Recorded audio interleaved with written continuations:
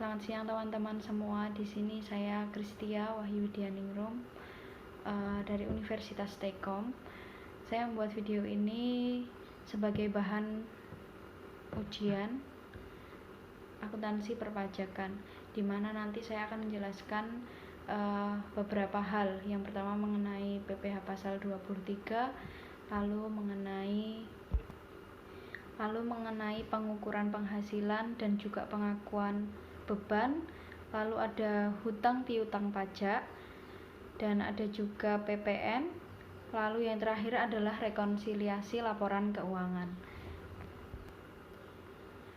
Ya, yang pertama saya akan membahas mengenai PPh pasal 23. Apa itu PPh pasal 23? PPh pasal 23 ini merupakan pajak yang dipotong atas penghasilan yang diterima atau diperoleh oleh wajib pajak dalam negeri dalam bentuk usaha tetap, jadi dalam bentuk badan. Kalau misalkan PPh pasal 21 itu kan dikenakan atas wajib pajak dalam negeri tapi yang orang pribadi, akan tetapi PPh pasal 23 ini dikenakan untuk badan. Jadi bisa dianggap bahwa lawan transaksinya itu adalah wajib pajak di dalam negeri yang bentuk badan usahanya tetap.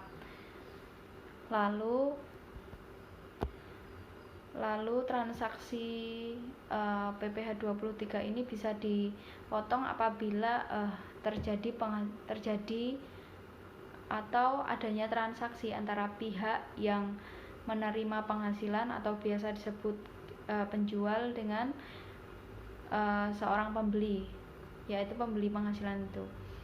Terus pihak pemberi penghasilan atau pembeli ini nantinya akan memotong dan melaporkan PPh pasal 23 tersebut kepada kantor pajak. Jadi bisa dikatakan bahwa pemotongnya sesuai dengan peraturan undang-undang itu adalah, yang pertama itu adalah badan pemerintah atau subjek pajak di dalam negeri.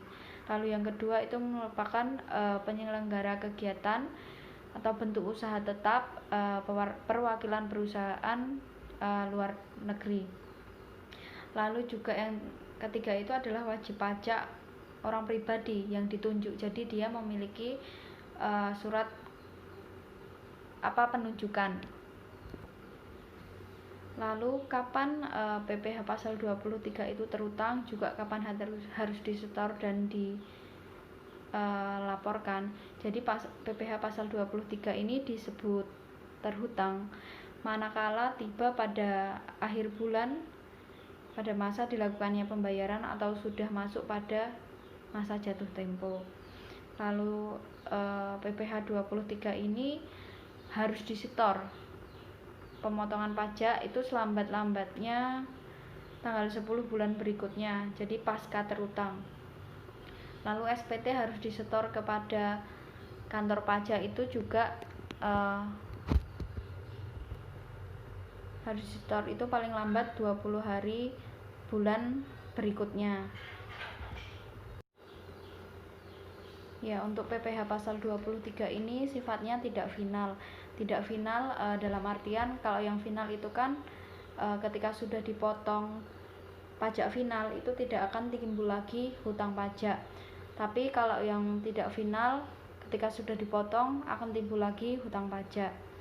Lalu bagaimana pengenaan tarif PPh pasal 23 itu? Tarif PPh 23 ini dikenakan atas dasar pengenaan pajak atau jumlah bruto penghasilan. Jadi ada dua jenis pengenaan tarif ya. Tarif yang pertama itu tarif 15%. Tarif 15% ini dikenakan atas dividen, kecuali pembagian dividen kepada orang pribadi dikenakan final. Lalu ada bunga dan juga royalti. Lalu ada hadiah dan penghargaan selain yang telah dipotong PPh pasal 21. Seperti yang sudah dijelaskan sebelumnya, jadi dividen ini adalah pembagian laba ya dari suatu PT gitu. Kalau untuk yang royalti ini penggunaan atas hak. Jadi misalkan Indomaret itu kan adalah franchise ya. Jadi ketika kita membeli Indomaret, kita membangun Indomaret, itu kan secara tidak langsung kita pakai brandnya mereka, brand Indomaret, jadi kita harus membayar royalti.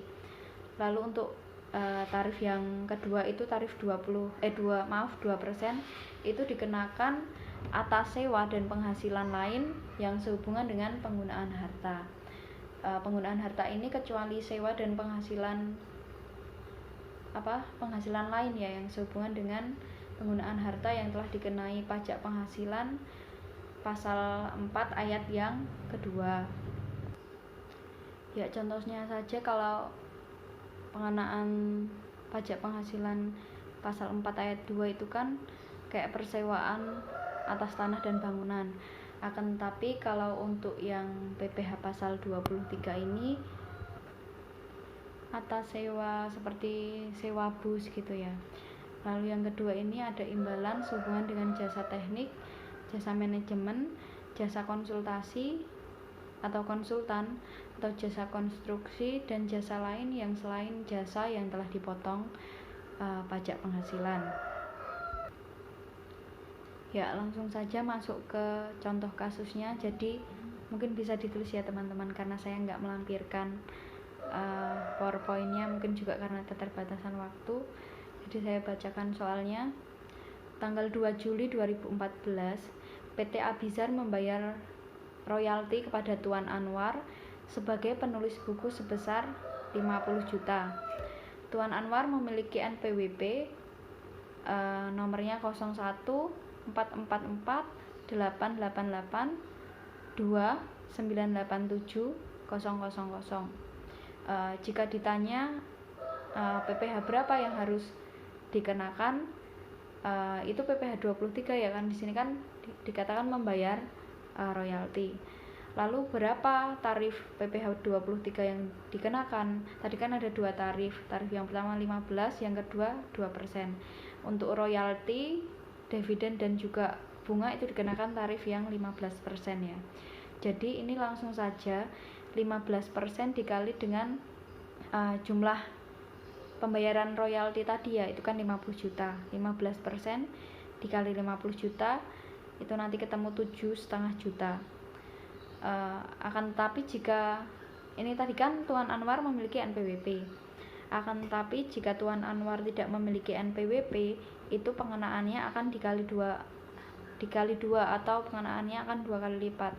Perhitungannya bisa 200% dikali tarif yang pengenaannya tadi 15% dikali dengan 50 juta, maka akan ketemu 15 juta. Ada contoh dua kasus lagi. Untuk yang sekarang, PT Karya Abadi membayar sewa kendaraan bus pariwisata dengan nilai sewa sebesar 40 juta kepada saudara Kristia Wahyu. Maka PPh pasal 23 yang dipotong di sini kira-kira menggunakan tarif yang 15% atau 2%? Tentu menggunakan tarif yang 2%. PPh pasal 23 yang dipotong oleh PT Karya Makmur yang membayar royalti, mohon maaf PT Karya Abadi itu 2% dikali dengan pembayaran sewanya tadi ya 40 juta, jadi ketemu 800.000. Dari perhitungan PPh ini tentu saja perlu dibuat suatu jurnal ya. Untuk jurnal yang pertama itu ketika kita menyewa kendaraannya ya, itu kan dibilang kita seperti hutang karena kan membayarnya baru kapan. Di sini saya tulis menyewanya itu tanggal 10 Januari 2010. Jurnalnya itu pada sisi debit itu ada biaya sewa kendaraan sebesar 40 juta. Tadi pembayaran sewanya kan 40 juta. Lalu di sisi kredit ada hutang sewa kendaraan sebesar 40 juta. Lalu pada tanggal 10 Februari 2010 itu tadi kan dibilang PPh pasal 23 itu penyetorannya itu tanggal 10 bulan berikutnya. Jadi kalau tadi kan sewanya itu tanggal 10 Januari. Jadi untuk penyetorannya itu tanggal 10 bulan berikutnya, yaitu 10 Februari 2010. Itu tadi kan sudah dihitung ya untuk PPh pasal 23-nya sebesar 800.000. Lalu bisa di jurnal pada sisi debit itu ada hutang sewa kendaraan sebesar 40 juta. Lalu hutang PPh pasal 23 sebesar 800.000. Lalu di sisi kredit ada kas dan bank sebesar 39.200.000.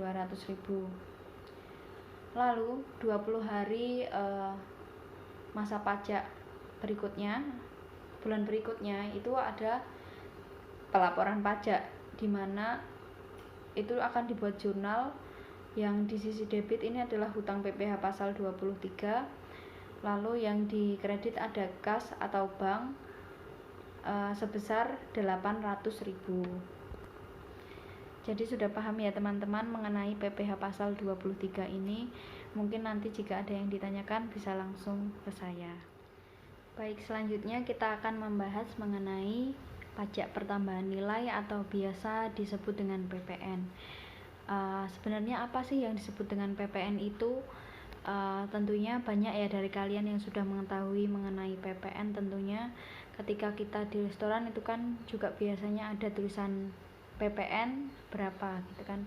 Jadi sebenarnya secara umum PPN ini merupakan pungutan yang dibebankan atas transaksi penjualan maupun transaksi pembelian atas barang maupun jasa yang dilakukan oleh wajib pajak pribadi maupun wajib pajak badan yang telah menjadi pengusaha kena pajak atau biasa disingkat dengan PKP.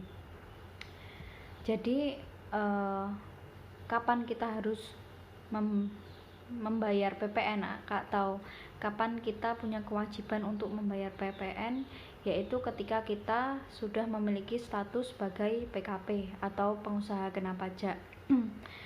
Lalu bagaimana sih kita itu mendapatkan status PKP? Yaitu kita perlu memiliki penghasilan bruto di atas 4,8 miliar per tahunnya. Lalu apakah penghasilan bruto itu, dari manakah penghasilan bruto itu berasal? Bisa dari penjualan, juga bisa dari fee, lalu bisa dari bonus-bonus yang kita terima. Lalu misalkan ada pertanyaan, misalkan jikalau orang tersebut penghasilannya kurang dari 4,8%, itu gimana ya? Apakah tetap bisa melakukan pembayaran PPN atau tidak? Sebenarnya orang yang memiliki penghasilan kurang dari 4,8 miliar tetap bisa melapor. Akan tetapi jika tidak ada transaksi atau penjualannya kurang dari itu, ya maka pelaporannya nihil, seperti itu. Mungkin ada yang masih bingung ya teman-teman, kenapa kok disebut PPN atau kenapa kok mengalami pertambahan nilai gitu. Jadi konsepnya itu suatu barang atau jasa akan mengalami pertambahan nilai apabila melalui proses produksi. Bukan hanya proses produksi, melainkan juga proses distribusi. Lalu nantinya pertambahan nilai ini atau pajak yang terhutang ini dibebankan kepada konsumen akhir, jadi yang memakai produk tersebut. Lalu apa aja sih teman-teman objek PPN itu? Jadi atau barang atau jasa apa yang dikenai PPN gitu. Jadi di sini dikategorikan ada 4 ya. Ada barang kena pajak atau BKP, lalu ada juga JKP atau jasa kena pajak. Jadi BKP atau JKP ini ditransaksikan di Indonesia atau masih di dalam daerah pabean. Lalu yang kedua itu ada ekspor jasa kena pajak atau JKP juga. Lalu ketiga ekspor barang kena pajak atau BKP. Dan yang keempat itu impor khusus kena pajak. Dan secara khusus PPN ini tuh juga dikenakan kepada kegiatan-kegiatan ya teman-teman. Kegiatan yang seperti apa? Ya kegiatan membangun sendiri yang dilakukan tidak dalam kegiatan usaha atau pekerjaan oleh orang pribadi ataupun badan yang hasilnya digunakan sendiri dan juga digunakan pihak lain gitu. Lalu juga ada untuk penyerahan BKP berupa aktiva yang menurut tujuan semula itu tidak untuk diperjualbelikan oleh PKP.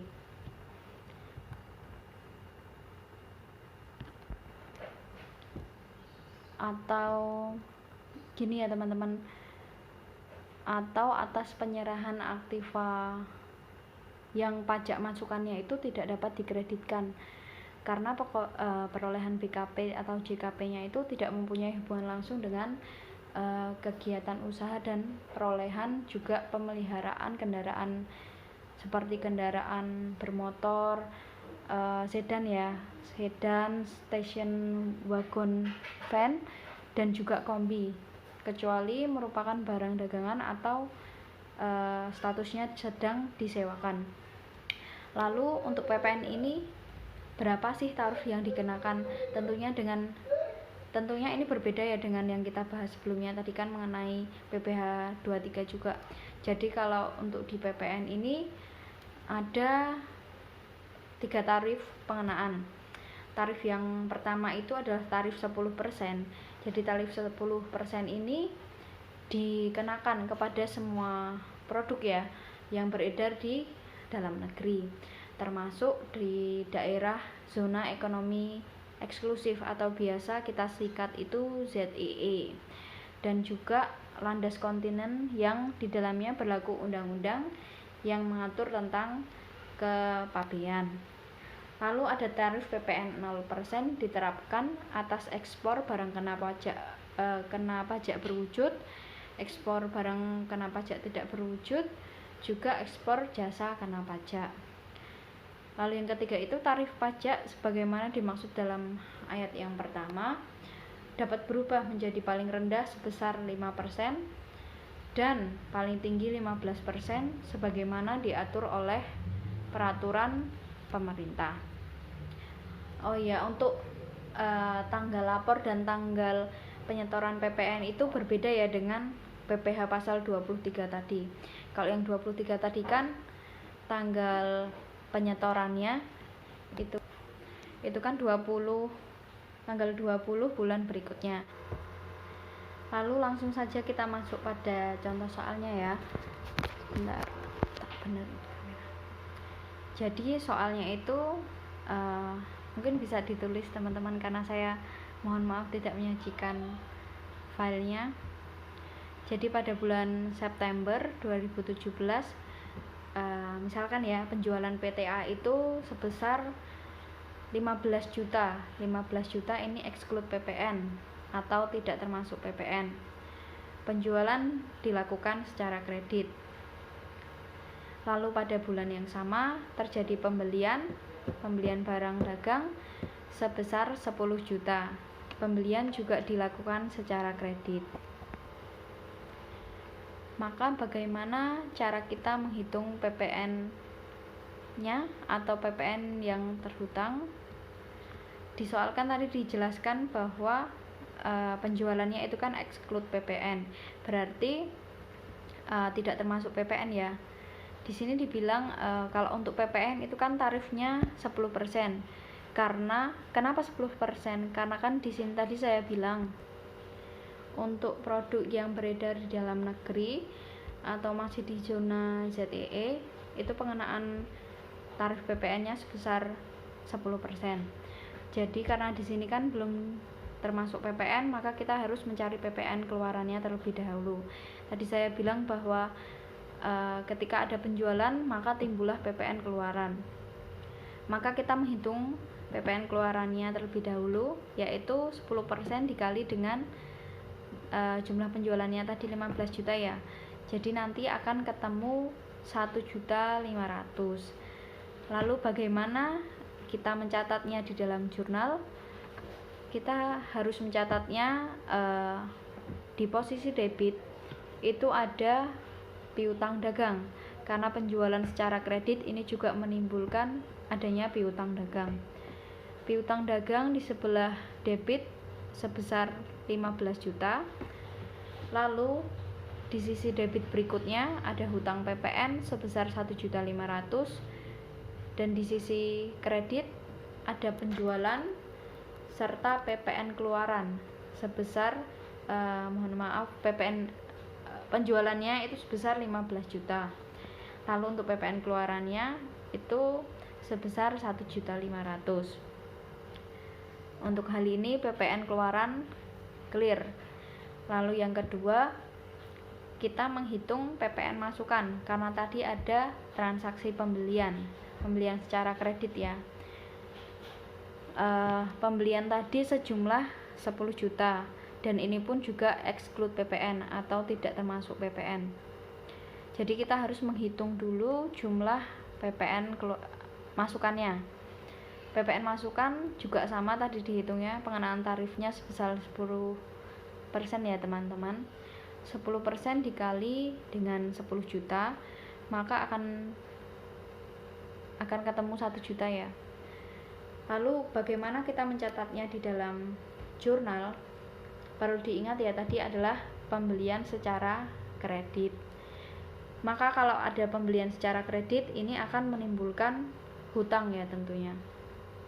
Maka jurnalnya akan ditulis pada sisi debit, ditulis pembelian sebesar 10 juta, dan juga sisi debit berikutnya yaitu PPN masukan sebesar 1 juta yang tadi sudah kita hitung. Lalu di sisi kredit ada hutang dagang dan juga hutang PPN. Untuk hutang dagangnya itu sendiri sebesar 10 juta, lalu untuk hutang PPN-nya sebesar 1 juta. Nah, di sini kita sudah clear untuk PPN keluaran dan juga PPN masukannya. Lalu hal apa selanjutnya yang kita lakukan, yaitu kita menghitung PPN terutangnya. Jadi PPN terutang tadi dihitungnya PPN keluaran dikurangi dengan PPN masukan. Tadi PPN keluarannya sudah ketemu ya teman-teman, itu sebesar 1.500.000. Lalu untuk PPN masukannya ketemu 1 juta. Maka 1.500.000 dikurang dengan 1 juta yaitu 500.000. Maka di sini terlihat jelas bahwa ada kelebihan bayar sebesar 500.000. Lalu untuk tindakan selanjutnya itu terserah dari PKP-nya ya teman-teman. Apakah dia mau kompensasi PPN-nya atau mau direstitusi gitu. Kalau misalkan dia mau kompensasi PPN itu nanti biar dialokasikan ke bulan berikutnya. Tapi kalau dia mau mencairkan juga bisa. Oh ya, untuk mencatat jurnal kelebihan PPN ini ya, kita kan juga perlu bayar dulu ya. Bayarkan kita pasti mengeluarkan kas. Tentunya di sisi kredit nanti ada kas sebesar kelebihan bayarnya tadi sebesar 500.000. Lalu ada hutang PPN-nya sebesar 500.000 juga. Ya, kembali lagi teman-teman. Selanjutnya kita akan membahas mengenai pengukuran penghasilan, terus pengakuan beban, dan juga hutang dan piutang pajak. Jadi sebenarnya apa toh itu pengukuran pendapatan? Kita perlu tahu dulu ya, apa itu pendapatan ataupun penghasilan gitu.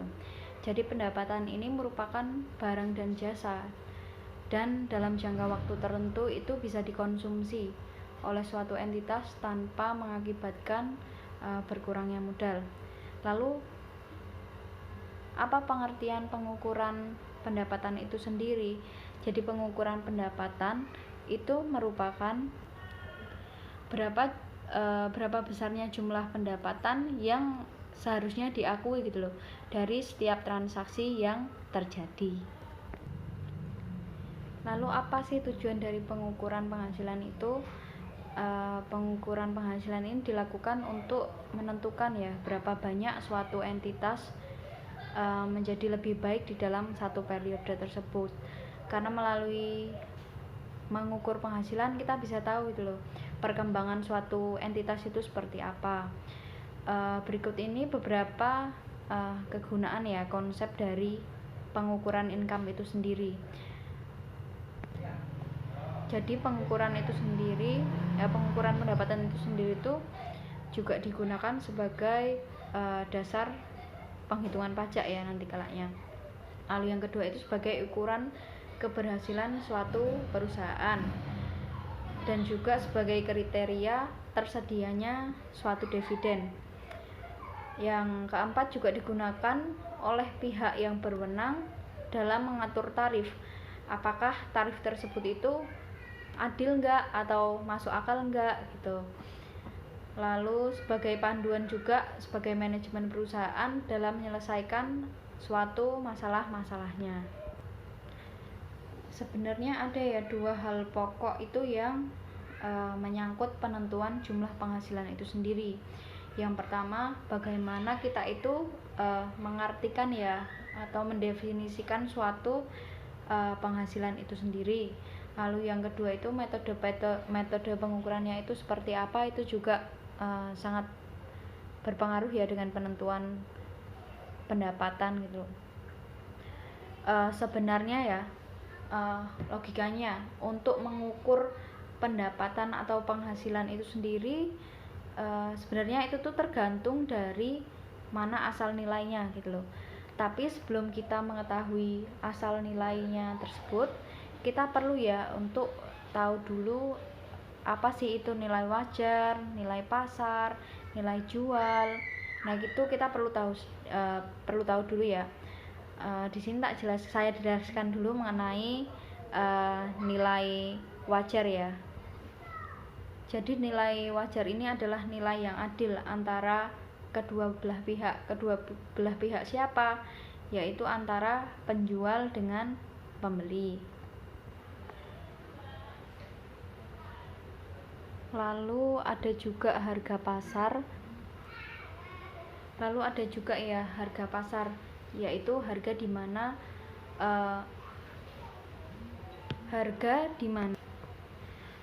mana aset ini dijual dan dibeli di pasaran ya. Lalu yang ketiga itu ada nilai jual. Apa itu nilai jual? Yaitu besarnya harga yang dibebankan kepada konsumen. Jadi apa yang membedakan dari nilai-nilai ini ya? Ya pastinya setiap ini beda ya. Kalau antara harga pasar dengan nilai wajar, nilai pasar dengan nilai wajar itu perbedaannya adalah kalau nilai pasar itu ketika permintaan pasarnya tinggi ya, tentunya juga nilai pasarnya akan tinggi. Tapi kalau nilai wajar itu ada suatu keadilan ya antara penjual dengan pembeli. Lalu antara nilai jual dengan nilai pasar, kalau nilai pasar itu dia sudah disepakati oleh penjual dan pembeli ya. Tapi kalau yang harga jual itu benar-benar cuman dari penjualnya aja, jadi nggak ada omong-omongan dulu gitu loh dengan konsumennya gitu. Contoh semisal nilai gaji lah ya. Nilai gaji ini kita ukur sebagai nilai pasar, nilai wajar. Aku sebagai nilai wajar karena apa? Nilai gaji ini ada kesepakatan ya antara kedua belah pihak. Yang pertama itu sebenarnya dari HRD dan dengan karyawan. Jadi kan sebelum karyawan masuk itu sudah nego dulu, gaji yang mau saya kasih, HRD kasih ke kamu tuh berapa gitu. Maka dari itu nilai gaji ini disebut dengan nilai wajar. Lalu yang kedua itu ada nilai lelang. Kalau nilai lelang ini kan terserah yang mau beli ya, jadi tidak ada kesepakatan sebelumnya. Nah, kalau tidak ada kesepakatan sebelumnya, ini adalah nilai pasar. Lalu ketika kita beli ayam di Carrefour atau di Superindo, itu masuknya nilai apa? Pastikan itu masuknya nilai jual. Karena apa? Harga ayam di Superindo ini kan belum ada negosiasi dengan pembeli. Jadi memang benar-benar harga dari penjual dan itu pun tidak bisa ditawar, seperti itu. Lalu selanjutnya itu adalah ada pengukuran dan pengakuan biaya. Jadi biaya itu apa? Biaya adalah aliran keluar atau pemakaian aktiva atau timbulnya hutang selama satu periode yang berasal dari penjualan maupun produksi barang.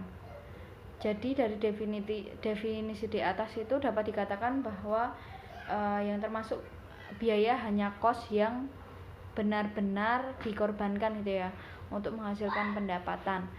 Penggunaan aktiva atau pengurangan kos aktiva yang tidak berkaitan dengan proses tersebut ya, proses pengakuan biaya ini. Pada dasarnya biaya ini memiliki dua kedudukan penting ya teman-teman. Yang pertama, biaya itu bisa dianggap sebagai aktiva, dan yang kedua dianggap sebagai beban pendapatan atau biaya. Proses pembebanan biaya ini pada dasarnya merupakan proses pemisahan biaya. Oleh karena itu, informasi yang dihasilkan itu harusnya akurat. Bagian biaya yang telah diakui sebagai biaya pada periode berjalan dan bagian biaya yang dilaporkan sebagai aktiva diakui sebagai biaya periode mendatang. Jadi biaya ini harus dapat ditentukan dengan jelas ya, harusnya. Semua biaya ini dapat ditangguhkan pembebanannya sebagai biaya apabila biaya tersebut memenuhi kriteria sebagai aktiva. Lalu apa saja kriteria aktiva itu? Yaitu harus memenuhi definisi aktiva, yang mana memiliki manfaat ekonomi masa mendatang, dapat dikendalikan, dan berasal dari transaksi masa lalu. Ada kemungkinan yang cukup bahwa manfaat ekonomi masa mendatang yang melekat pada aktiva ini dapat dinikmati ya oleh entitas yang menguasainya. Dan juga kriteria selanjutnya itu besarnya manfaat dapat diukur dengan cukup andal. Contohnya gini ya, contoh dari biaya itu ketika kita memproduksi baju ya, itu kan kita perlu untuk membeli bahan baku atau bahan mentah,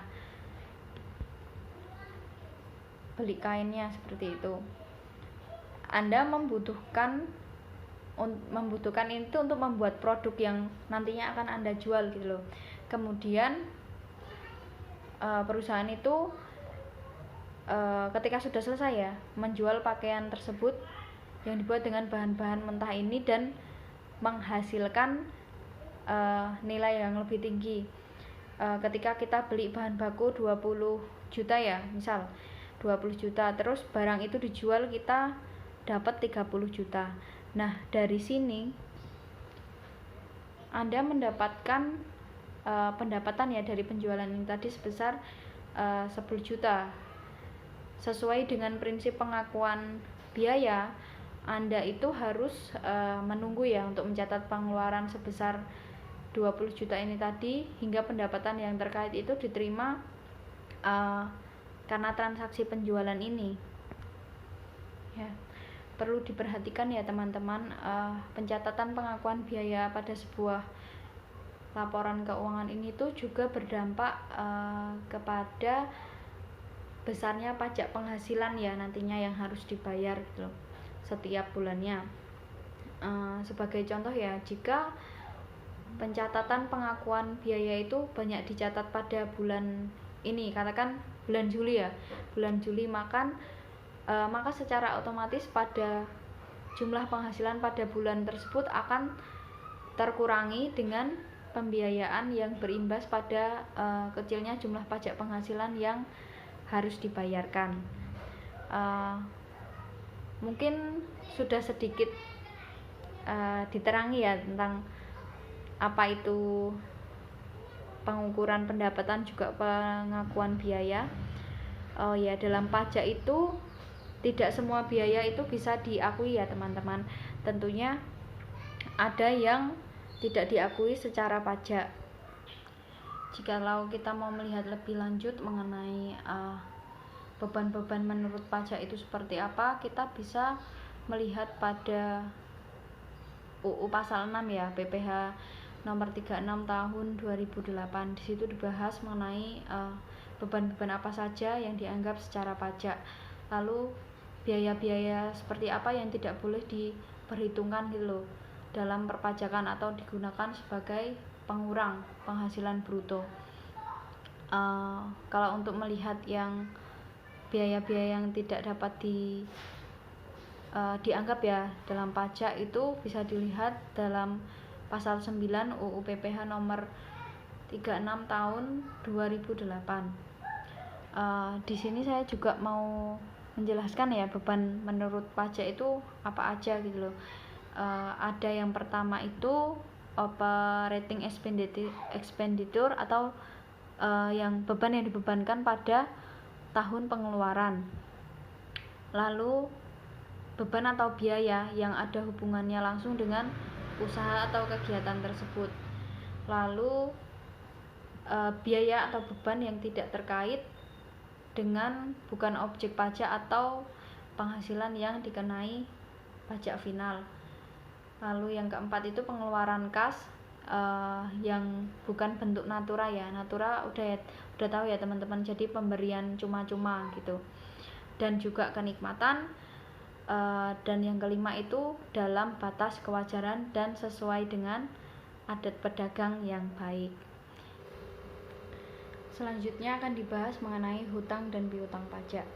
Jadi apa yang dimaksud dengan hutang pajak, yaitu suatu kewajiban yang harus dibayar bagi suatu instansi atau perusahaan yang menjadi wajib pajak. Sedangkan piutang pajak ini adalah piutang yang timbul atas pendapatan pajak sebagaimana diatur dalam Undang-Undang Perpajakan yang belum dilunasi sampai dengan akhir periode keuangan. Lalu pihak-pihak siapa saja yang berkewajiban untuk menyelenggarakan akuntansi piutang pajak, yaitu setiap unit organisasi di lingkungan Dirjen Pajak ya tentunya, yang berlaku sebagai entitas akuntansi.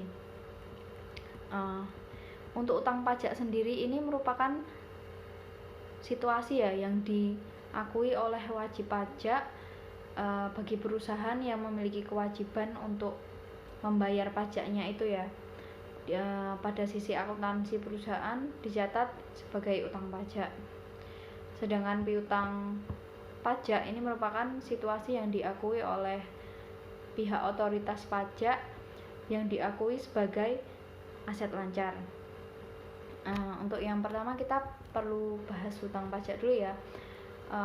Sebenarnya mengapa hutang pajak ini bisa timbul? Jadi hutang pajak ini timbul karena adanya ketetapan pajak dan adanya penerapan oleh fiskus.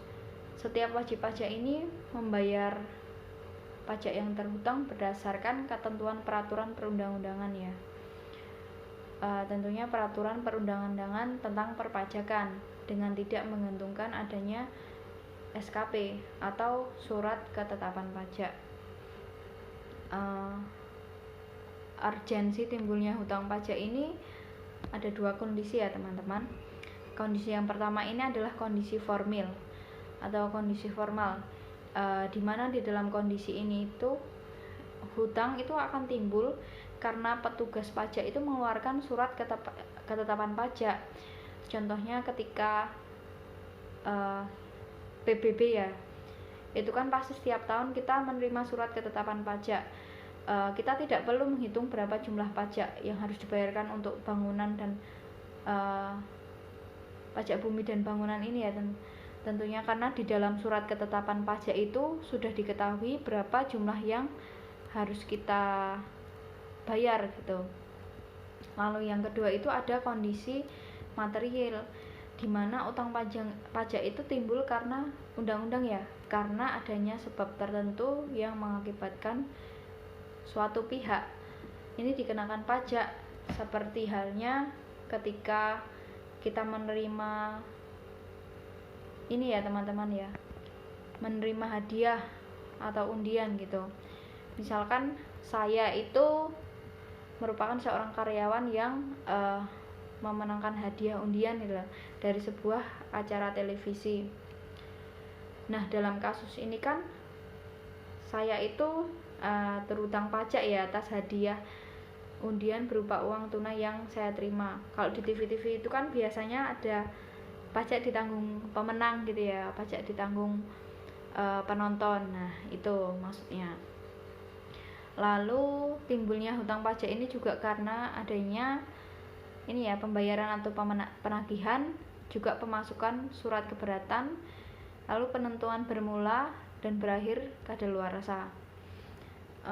Berakhirnya utang ini ada karena beberapa hal itu tadi ya, pembayaran penagihan, pemasukan surat keberatan, kompensasi, kadaluarsa, pembebasan, juga adanya penghapusan.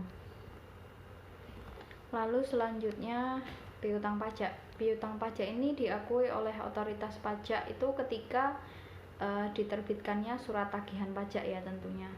Seperti halnya yang utang pajak tadi ya. Diterbitkannya surat ketetapan pajak kurang bayar yang telah disetujui oleh wajib pajak itu juga mempengaruhi ya untuk timbulnya piutang pajak. Wajib pajak ini tidak mengajukan keberatan sampai dengan berakhirnya batas waktu jatuh tempo pengajuan keberatan atas surat ketetapan pajak kurang bayarnya ya, untuk jumlah yang tidak disetujui oleh wajib pajak. Lalu dengan diterbitkannya surat ketetapan pajak kurang bayar tambahan ya tentunya, untuk jumlah yang telah disetujui oleh wajib pajak. Wajib pajak ini tidak mengajukan banding ya sampai dengan berakhirnya batas waktu jatuh tempo pengajuan banding atas surat keputusan keberatan.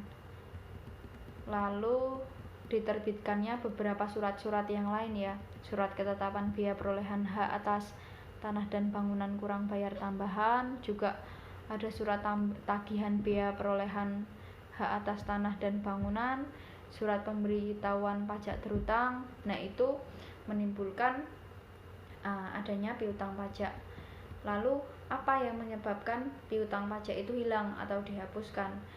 Menurut prosedur penghapusan piutang pajak ini diatur dalam Undang-Undang Nomor 16 ya tahun 2000, pasal 24 itu dijelaskan mengenai penghapusan piutang pajak.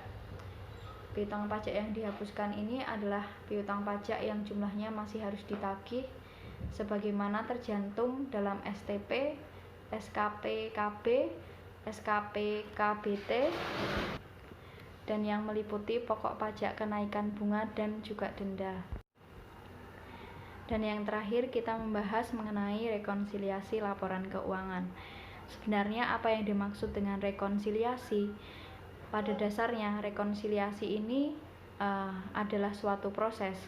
Suatu proses apa? Suatu proses penyesuaian atas informasi catatan transaksi atau kas, di mana proses penyesuaian tersebut dilakukan pada catatan kas ya milik perusahaan yang dibandingkan dengan catatan kas milik bank.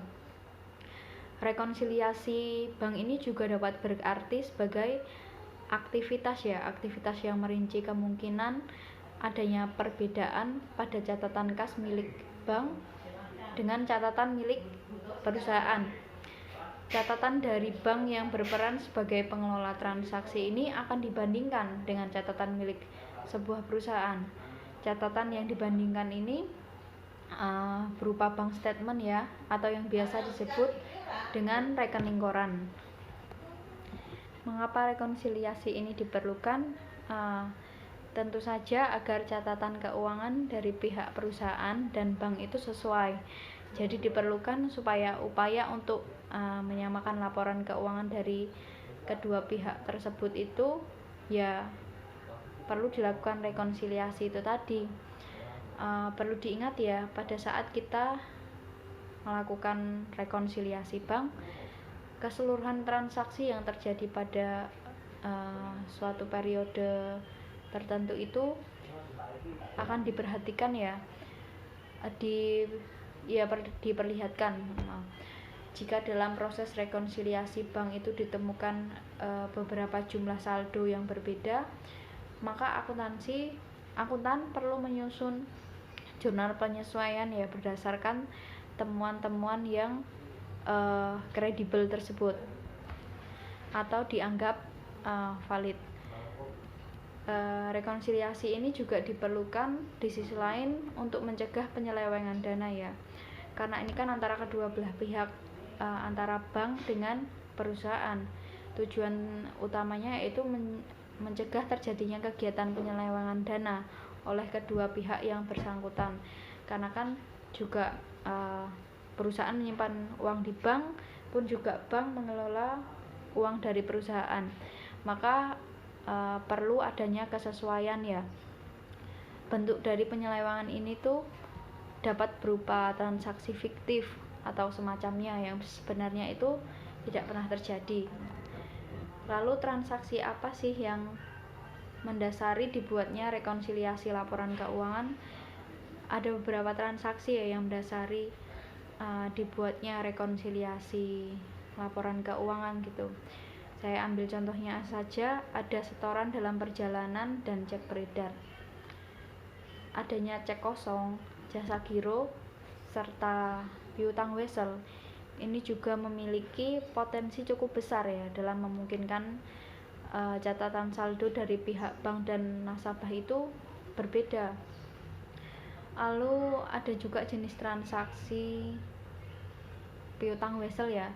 Piutang wesel ini dalam rekonsiliasi bank itu diperlukan untuk menyelesaikan adanya kesalahpahaman dari pihak bank dan perusahaan. Piutang wesel yang terjadi saat pihak bank telah mencatat suatu transaksi, akan tetapi pihak perusahaan belum mencatat transaksi tersebut, itu juga sangat berpengaruh terhadap saldo di laporan keuangan. Lalu untuk laporan keuangan sendiri kita sudah pernah tahu ya bahwa laporan keuangan itu ada dua jenis. Yang pertama adalah laporan keuangan komersial. Apa yang dimaksud dengan laporan keuangan komersial? Yaitu laporan yang disusun ya dengan mengacu pada prinsip-prinsip akuntansi. Jadi laporan keuangan komersial ini bersifat netral ya atau tidak memihak. Lalu yang kedua itu ada laporan keuangan fiskal, yang mana laporan ini itu diakui secara pajak. Komersial juga diakui secara pajak, cuman tidak untuk melakukan perhitungan pajak begitu loh. Fiskal ini merupakan laporan yang dibuat untuk kepentingan perpajakan yang mengacu pada semua peraturan perpajakan. Laporan keuangan fiskal ini mencangkup ada neraca fiskal, lalu yang kedua ada perhitungan laba rugi dan perubahan laba ditahan, ada penjelasan mengenai laporan keuangan fiskal itu sendiri, dan juga rekonsiliasi laporan keuangan komersial dan laporan keuangan fiskal, dan terakhir itu ada ikhtisar kewajiban pajak. Nantinya laporan keuangan fiskal ini dijadikan dasar untuk membuat SPT ya, atau surat pemberitahuan tahunan PPh yang disampaikan ke kantor pajak. Untuk rekonsiliasi fiskal sendiri dibedakan menjadi dua ya. Ada rekonsiliasi beda tetap dan rekonsiliasi beda waktu. Rekonsiliasi beda tetap ini diakibatkan oleh transaksi ya yang diakui wajib pajak sebagai pendapatan atau biaya sesuai dengan standar akuntansi keuangan. Rekonsiliasi beda tetap membedakan antara laba kena pajak dengan laba akuntansi sebelum pajak, yang mana laba ini itu muncul karena transaksi yang mengacu ya pada UU perpajakan, tidak terhapus dengan sendirinya pada periode lain. Lalu ada rekonsiliasi beda waktu, di mana rekonsiliasi beda waktu ini disebabkan oleh bedanya waktu antara sistem akuntansi dan sistem perpajakannya. Jadi transaksi yang menurut akuntansi komersial dan pajak sama, tetapi perbedaan terletak pada waktu alokasi biayanya. Jadi sampai sini jelas ya mengenai laporan rekonsiliasi fiskal dan komersial.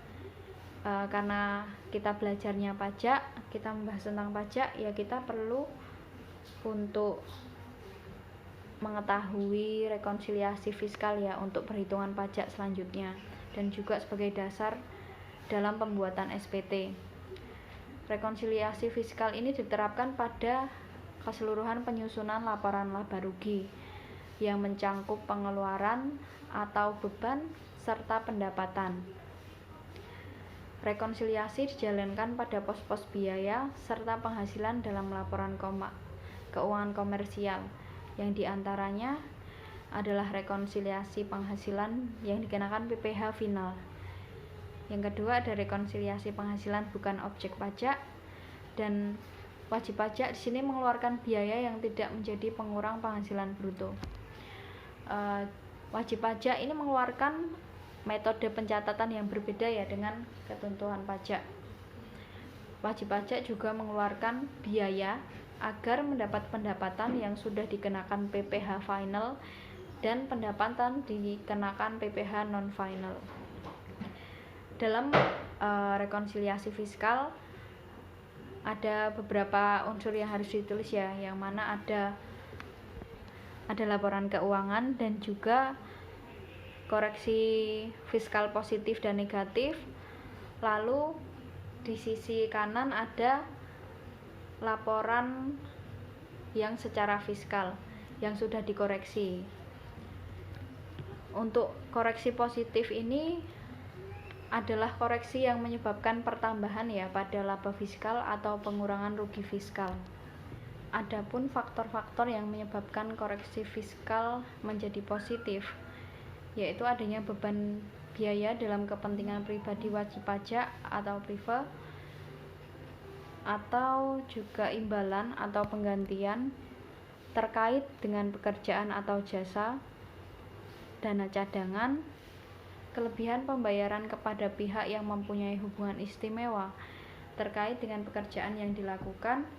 Ada juga pajak penghasilan, harta yang dihibahkan, pembayaran gaji kepada pemilik, sanksi administratif, dan juga selisih penyusutan atau amortisasi komersial. Ada biaya dalam menerima, menagih, dan menjaga penghasilan yang terkena PPh final, dan juga kesesuaian dengan fiskal positif lainnya yang tidak berasal dari faktor yang sudah disebutkan.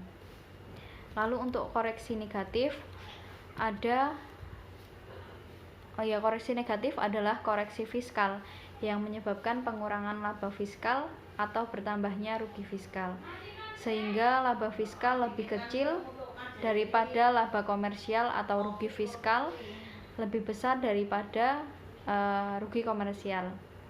Faktor yang menyebabkan koreksi fiskal menjadi negatif ini ada beberapa unsur ya.